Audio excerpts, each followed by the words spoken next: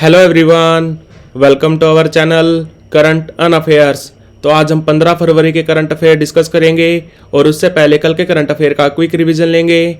तो कल का पहला क्वेश्चन था, हाल ही में राष्ट्रीय महिला दिवस कब मनाया गया? राष्ट्रीय महिला दिवस यानी कि नेशनल वुमेन डे मनाते हैं हम 13 फरवरी को। क्यों?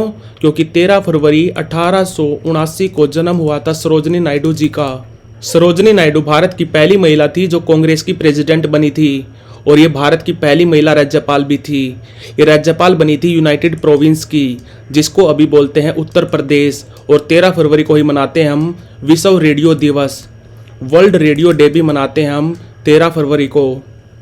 हाल ही में भारत सरकार ने गुजरात के सूरत हवाई अड्डे को अंतर्राष्ट्रीय हवाई अड्डा घोषित किया है। इस हवाई अड्डे को किस संगठन ने बनाया है? तो ये बनाया है एयरपोर्ट अथॉरिटी ऑफ इंडिया ने, जिसको हिंदी में बोलते हैं भारतीय विमानपत्तन प्राधिकरण। ये AAI बना था 1995 में, 1 अप्रैल 1995 को। और अभी इसके चेयरमैन कौन है? तो वो हैं संजीव कुमार। संजीव कुमार। हाल ही में प्रधानमंत्री मोदी ने किस शहर में Commonwealth attorneys and solicitor general conference 2024 का उद्घाटन किया? तो ये किया नई दिल्ली में। और कॉमनवेल्थ यानी कि राष्ट्रमंडल देश में टोटल 56 कंट्री आते हैं और इसका यानी कि कॉमनवेल्थ कंट्रीज का हेडक्वार्टर कहाँ पे है? तो वो है लंदन में। कॉमनवेल्थ कंट्रीज उन देशों को बोला जाता है जिन पर ब्रिटेन ने राज किया था। हाल ही में किसे एशियाई क्रिकेट परिषद यानी कि ACC का अध्यक्ष नियुक्त किया गया? तो एशियाई क्रिकेट परिषद के दोबारा से अध्यक्ष बने हैं जय शाह। इनसे पहले भी जय शाह थे। जय शाह पहली बार ACC के प्रेसिडेंट बने थे 2021 में। और एशियाई क्रिकेट परिषद का हेडक्वार्टर कहाँ है? तो वो है कोलंबो में।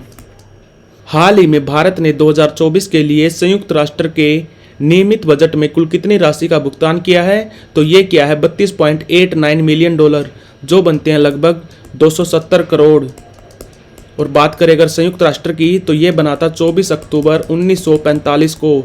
हेडक्वार्टर है इसका न्यूयॉर्क में। और अभी इसके सेक्रेटरी जनरल हैं एंटोनियो ग्यूटरस। और UN में भारत की एम्बेसडर कौन है? तो वो हैं रुचिरा कंबोज। रुचिरा कंबोज। हाल ही में Codex committee on spices and culinary herbs का 7वां स्तर किस शहर में आयोजित किया गया? तो ये किया गया कोच्चि में। हाल ही में केंद्रीय मंत्री राजीव चंद्रशेखर ने IIIT यानी कि Indian institute of information technology जो है दिल्ली में डिजिटल इंडिया फ्यूचर लैब्स पहल को लॉन्च किया है। इस पहल के लिए नोडल एजेंसी कौन सी है? तो ये है प्रगत संगणन विकास केंद्र, इंग्लिश में बोलते हैं centre for development of advance computing, जो है पुणे में। और ये CDEC किसके अंडर काम करता है? तो ये काम करता है हमारे ministry of electronics and information technology. हाल ही में द्रास विंटर कार्निवल 2024 किस स्थान पर शुरू हुआ? तो ये हुआ कारगिल में। कारगिल है लद्दाख में। लद्दाख के LG कौन है? तो वो है BD मिश्रा। और ये द्रास दुनिया की दूसरी सबसे ठंडी जगह है जहाँ पे लोग रहते हैं। और ये लगभग 3300 मीटर की ऊंचाई पे है, लगभग 10,800 फीट की ऊंचाई पे है। हाल ही में किसे फीडे द्वारा मानद ग्रैंड मास्टर मरणोपरांत की उपाधि से सम्मानित किया गया, जिससे वह पाकिस्तान के पहले ग्रैंड मास्टर बन गए। पाकिस्तान के पहले ग्रैंड मास्टर बने हैं मीर सुल्तान खान। इनका संबंध सरगोदा से।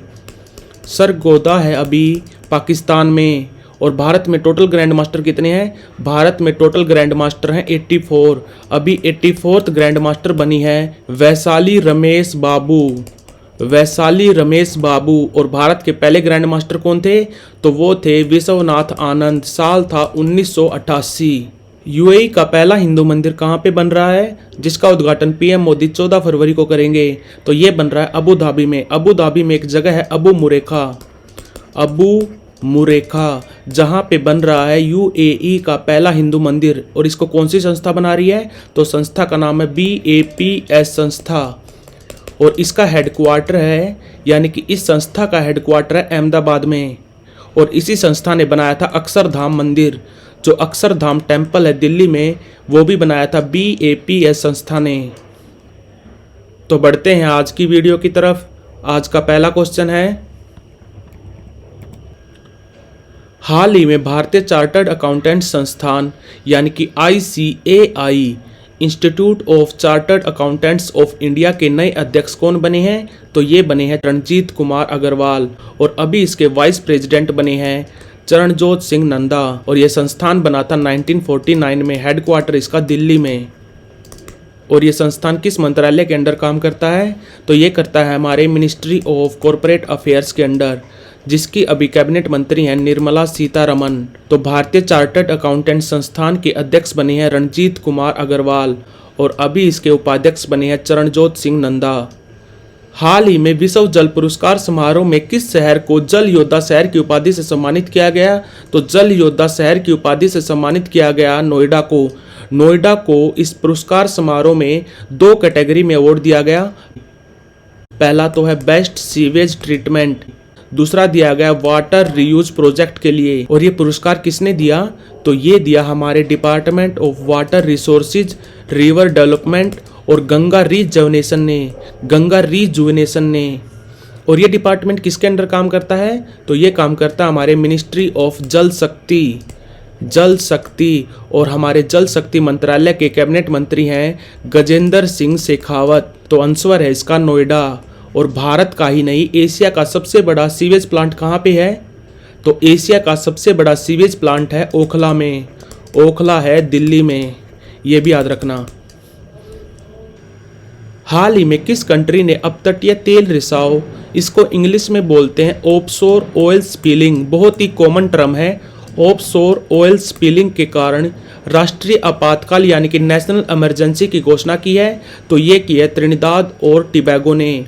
ये कंट्री मिला है 2 आइलैंड से मिलके, त्रिनिदाद और टोबैगो। यहाँ पे टोबैगो के पास एक जहाज पलट गया, जिसकी वजह से तेल का रिसाव हो गया समुद्र में, जिसकी वजह से यहाँ पे नेशनल इमरजेंसी लगा दी गई। और यहाँ पे पीएम कौन है? तो वो है कीथ रोवले। और त्रिनिदाद और टोबैगो की कैपिटल क्या है? तो वो है पोर्ट ऑफ स्पेन।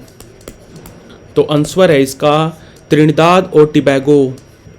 हाल ही में पहली बिम्स्टेक एक्वेटिक चैंपियनशिप 2024 में विजेता कौन रहा? तो इसमें पहले नंबर पे रहा भारत, दूसरे पे रहा थाईलैंड। और ये बिम्स्टेक एक संगठन है जो बंगाल की खाड़ी के आसपास देश हैं आपसी सहयोग के लिए बनाया था बिम्स्टेक। इसकी फुल फॉर्म क्या है? तो वो है Bay of Bengal Initiative for Multi Sectoral Technical and Economic Corporation. इसका हेडक्वार्टर कहाँ है? वो है ढाका में। और इसमें टोटल मेंबर कंट्री हैं 7। कौन से? भारत, म्यांमार, नेपाल, बांग्लादेश, श्रीलंका, थाईलैंड और भूटान।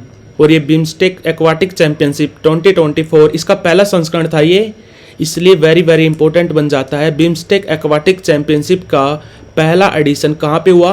तो ये हुआ था दिल्ली में।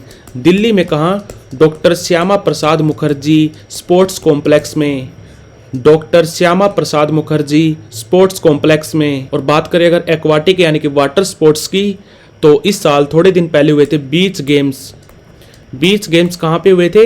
तो ये हुए थे दीव में कहाँ? गोगला बीच पर।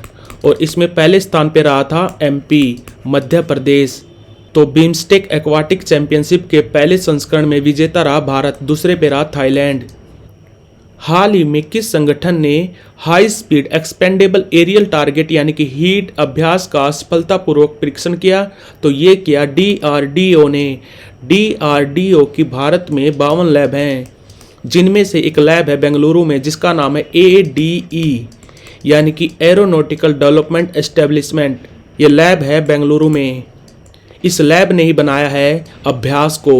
और बात करें अगर DRDO की यानी कि defence research and development organisation, जो काम करता है हमारे मिनिस्ट्री ऑफ डिफेंस के अंडर।